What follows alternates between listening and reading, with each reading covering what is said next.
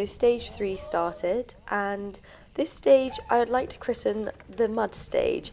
And I think we all thought it might be a potential when it was absolutely crazily raining the day before. But yeah, this stage ended up being an absolute mud fest. It was also a pretty technical stage, and there was quite a lot of descents, and I think I actually didn't manage to capture a lot of them on the GoPro, but there was quite a lot of technical descending and climbing on this stage. It was pretty undulaty. Nothing compared to the day before in terms of the amount of total climbing, but overall it was a pretty technical stage, but definitely one that I really enjoyed.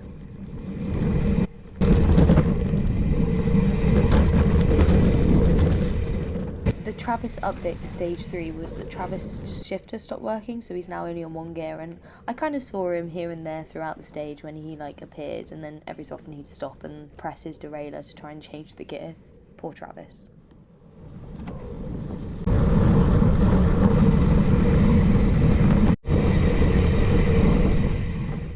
So I rode with one of the Omani riders, Zav, for most of this stage, to be honest, and we were riding with a couple of guys, and yeah, we spent most of the stage together, and I knew that there was Annabelle and Amity up in front, and just kind of kept consistent, trying to work forward just in case they were close to us, but obviously we have no idea where they are unless a moto gives you a time gap, but no one had given us a time gap.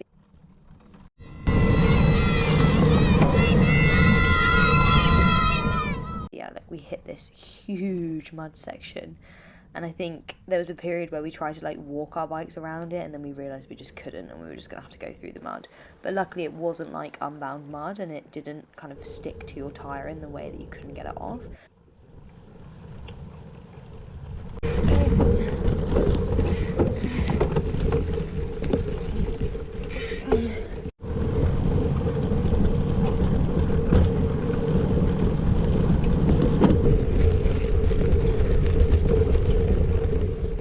At this point I saw Annabelle ahead, and I suddenly was like, oh gosh, I can actually get some of the time gap back. And on stage 1 and 2 she had over an hour of me overall, but I was like, do you know what, I'm feeling pretty strong, I've saved some energy in myself, I'm just going to absolutely go for it. So I kind of kicked round her, and just from this point started really focusing on trying to get to the finish line with as much of a gap in front of her really as I could.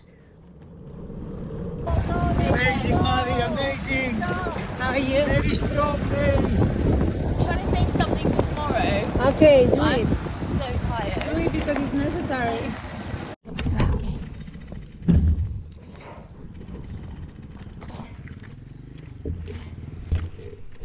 And then the last 25k-ish, I kind of rolled it quite gently just to save myself for the next day. Look at you! So fast, and I'm just like, ha ha ha! She was up. That doesn't make any sense because there's no fish. My back is so No fish was. Oh, my back was But yeah. So the more remote camps, we had kind of a shower setup where you'd stand and then you'd turn a tap and this hot water would fall on you. This is also the Maasai Mara bringing goat for dinner. I've just woken up with a really swollen lip. What have you got there, Josh? Kenyan porridge. Looks good. I don't think that looks good. So we're on to the final stage, stage 4, and that started with a neutral zone, and I was just thinking, right, I need to move myself as far forward in this neutral zone as possible because I knew it was quite muddy out the neutral zone. So I just kind of pushed a little bit, tried to move myself into a really good position, and then kind of as soon as we got going, people weren't really pushing as hard as they had the last few days, and it's probably because people were quite fatigued. My legs were feeling really good, and I was just like, do you know what? I've got nothing to save for now. I kept saying I'm saving a bit for the last day. So I was like, right, I'm going to just absolutely go for it. So out the muddy sections, I just kind of kept pushing and pushing and trying to work my way forward and find wheels to sit on. This is Adam, who's giving me his wheel for a little bit here. And yeah, it was pretty rough terrain. I could really feel it in my arms.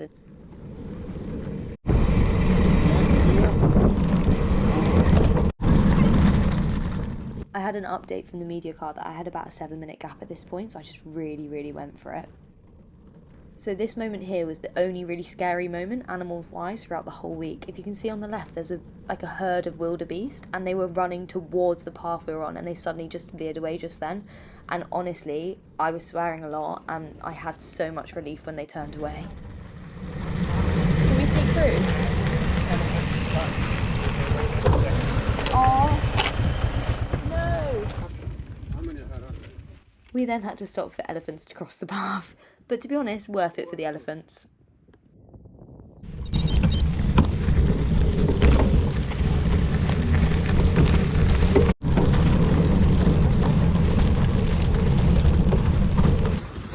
So what's the crack, Maddie? What's happening?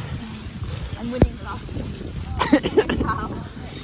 I went too hard at the beginning, and I'm still going pretty hard. I'm dripping with sweat.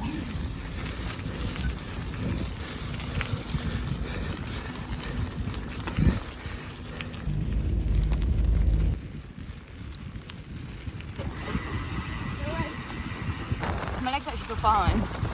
It's a bit hot, and there's a lot of climbing still to go, and they're better climbers than me. First pace at the minute. Yeah, but we don't know how much by.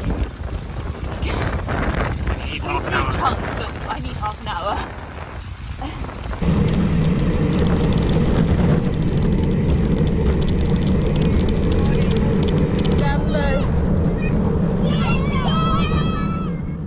So the final stage I started 31 minutes behind Annabelle and GC, which meant I was in 3rd position, and I had 31 minutes to gain on her to be in 2nd position. So honestly, I really just gave it my all at this point. I was like, I know there's a gap, I don't know how long the gap is, no one gave me an update on the gap's length, but all I could do was ride my hardest, and I knew I was also leading, and I was really surprised by that, so I was like, well, I might as well try and win too.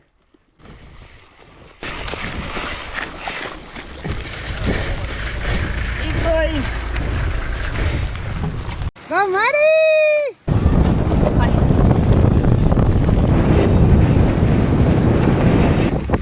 All for you, Maddie, all for you.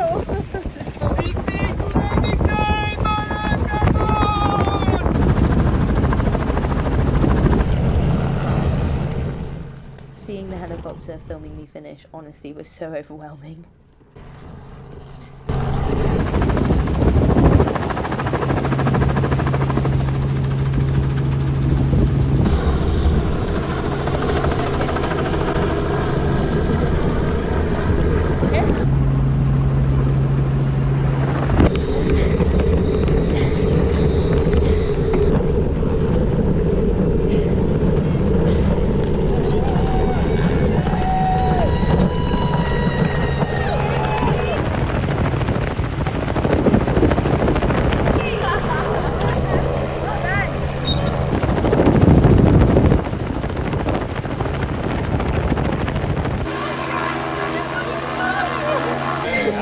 My back hurts. I think I actually got that.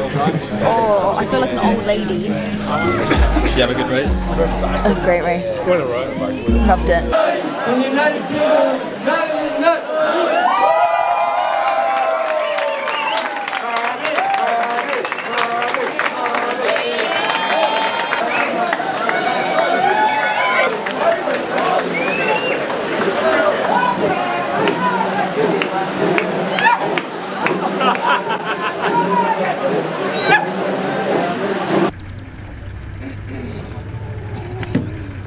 We're on safari in a minibus. In a minibus.